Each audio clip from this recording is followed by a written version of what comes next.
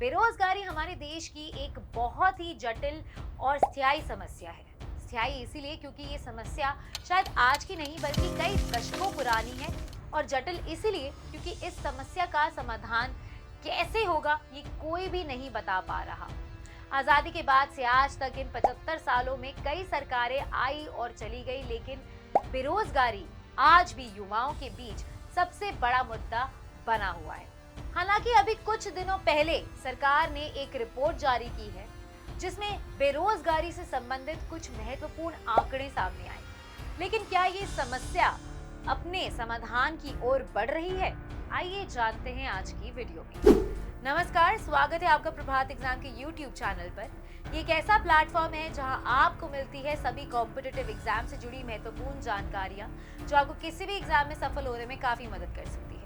अगर आप हमारे YouTube चैनल पर पहली बार आए हैं तो हमें लाइक और सब्सक्राइब दोनों कर लीजिए, और हमारे लेटेस्ट वीडियोस और अपडेट सबसे पहले आप तक पहुंचे उसके लिए बेल आइकन को प्रेस करना भी ना भूलें।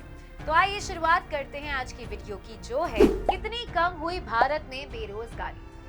भारत सरकार की सांख्यिकी और कार्यान्वयन मंत्रालय यानी कि मोल SPI ने हाल ही में आवधिक श्रम बल सर्वेक्षण जारी की है। इस सर्वेक्षण की शुरुआत 2017-18 में की गई थी। PLFS के मुख्यतः दो उद्देश्य हैं। वर्तमान साप्ताहिक स्थिति में केवल शहरी क्षेत्रों के लिए 3 माह के अल्पकालिक अंतराल पर प्रमुख रोजगार और बेरोजगारी संकेतकों अर्थात श्रमिक जनसंख्या अनुपात, श्रम बल भागीदारी दर, बेरोजगारी दर का अनुमान लगाना। प्रतिवर्ष ग्रामीण और शहरी दोनों ही क्षेत्रों में सामान्य स्थिति PS प्लस SS और CWS दोनों में ही रोजगार एवं बेरोजगारी संकेतकों का अनुमान लगाना। राष्ट्रीय नमूना सर्वेक्षण कार्यालय NSSO की ओर से जारी आवधिक श्रम बल सर्वेक्षण वार्षिक रिपोर्ट 2022-2023 के अनुसार जुलाई 2022 से जून 2023 के बीच राष्ट्रीय स्तर पर 15 वर्ष और उससे अधिक आयु के लोगों को लिए सामान्य स्थिति में बेरोजगारी दर UR 2021 से 22 में 4.1% से घटकर 2022 और 2023 में 3.2% हो गई। सामान्य स्थिति का मतलब है कि रोजगार किसी व्यक्ति की स्थिति सर्वेक्षण की तारीख से पहले के 365 दिन के आधार पर निर्धारित किया गया है। सर्वे के मुताबिक 15 साल और उससे ज्यादा की उम्र के युवाओं में बेरोजगारी दर घटा है। इसमें सबसे कम बेरोजगारी दर चंडीगढ़ में यानी कि 5.6% है। इसके अलावा अंडमान एंड निकोबार आइलैंड बेरोजगारी दर सबसे ज्यादा यानी कि 33% है। वहीं लद्दाख में 26.5% और आंध्र प्रदेश में 24%। ये डेटा जुलाई 2022 से जून 2023 तक किए गए सर्वे पर आधारित है। 2022-23 की अवधि के दौरान 5.7% बेरोजगारी दर के साथ दिल्ली दूसरे स्थान पर है। बड़े राज्यों में राजस्थान में 23.1% की महत्वपूर्ण बेरोजगारी दर्ज की गई है, जबकि ओडिशा में 21.9% की दर देखी गई है। भारत में बेरोजगारी दर का अनुमान centre for monitoring Indian economy लगाता है। CMIE के मुताबिक भारत में बेरोजगारी दर 7.95% है। शहरी भारत में ये 7.93 और ग्रामीण भारत में 7.44%। भारत में बेरोजगारी दर 2018 से 2023 तक औसतन 8.15% रही। अप्रैल 2020 में ये दर 23.50% के उच्चतम स्तर पर पहुंच गई थी। वहीं सितंबर 2022 में ये दर 6.40% रिकॉर्ड निचले स्तर पर रही। CMIE की मुताबिक पुरुषों में बेरोजगारी दर 2017-18 में 6.1% से घटकर 2022-23 में 3.3% हो गई। वहीं महिलाओं में बेरोजगारी दर 5.6% से घटकर 2.9% रही।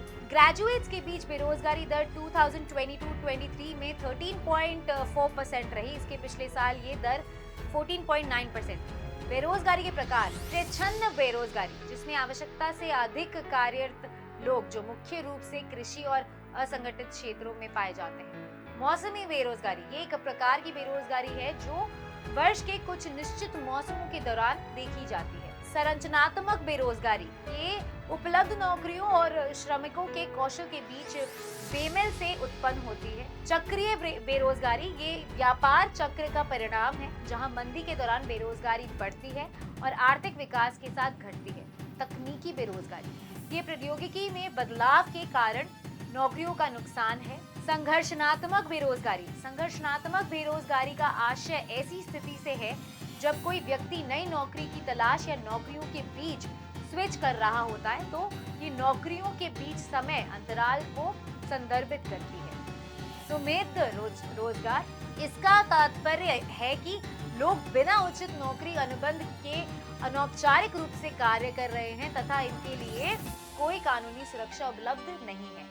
भारत में बेरोजगारी का कारण जनसंख्या वृद्धि, श्रम की आपूर्ति, उपलब्ध रोजगार के अवसरों की से अधिक है, जिससे बेरोजगारी दर में वृद्धि होती है। कौशल विकास का अभाव, प्राय कार्यबल के पास मौजूद कौशल और उद्योगों द्वारा मांगे जाने वाले कौशल के बीच एक असंतुलन होता है, जिसके परिणाम स्वरूप विशेष रूप से युवाओं में उच्च बेरोजगारी दर होती है।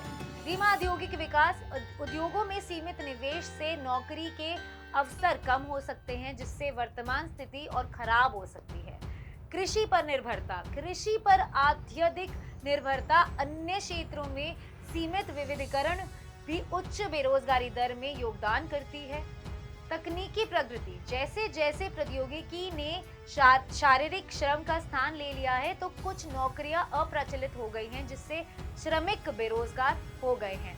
आर्थिक असमानताएं, कुछ क्षेत्रों में पर्याप्त बुनियादी ढांचे, उद्योगों और रोजगार के अवसरों का अभाव है, जिसके कारण उन क्षेत्रों में बेरोजगारी दर अधिक है।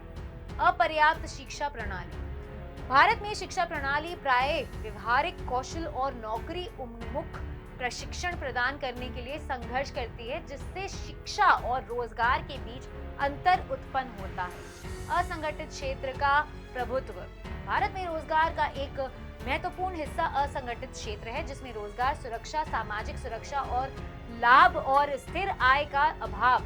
असंगठित क्षेत्र में श्रमिकों की अनिश्चित रोजगार संभावनाओं का सामान्य करना पड़ता है, जो समग्र बेरोजगारी को बढ़ावा देती है। ये ध्यान रखना महत्वपूर्ण है कि बेरोजगारी के कारण बहुआयामी है और इस मुद्दे को संबंधित करने के लिए व्यापक रणनीतियों की आवश्यकता है, जिससे शिक्षा और कौशल विकास को बढ़ावा मिले, औद्योगिक विकास और निवेश को प्रोत्साहन मिले और इसके साथ ही रोजगार सृजन के लिए एक सक्षम वातावरण विकसित हो। तो अगर आपको हमारा ये वीडियो पसंद आया है, इसे अपने दोस्तों के साथ जरूर शेयर करें और अगर आपके पास हमारे लिए कोई भी सवाल है उसे कमेंट सेक्शन में लिखकर हमें जरूर बताएं। जल्दी आपसे फिर मुलाकात होगी एक नए टॉपिक पर एक नए वीडियो के साथ। देखते रहिए प्रभात एग्जाम।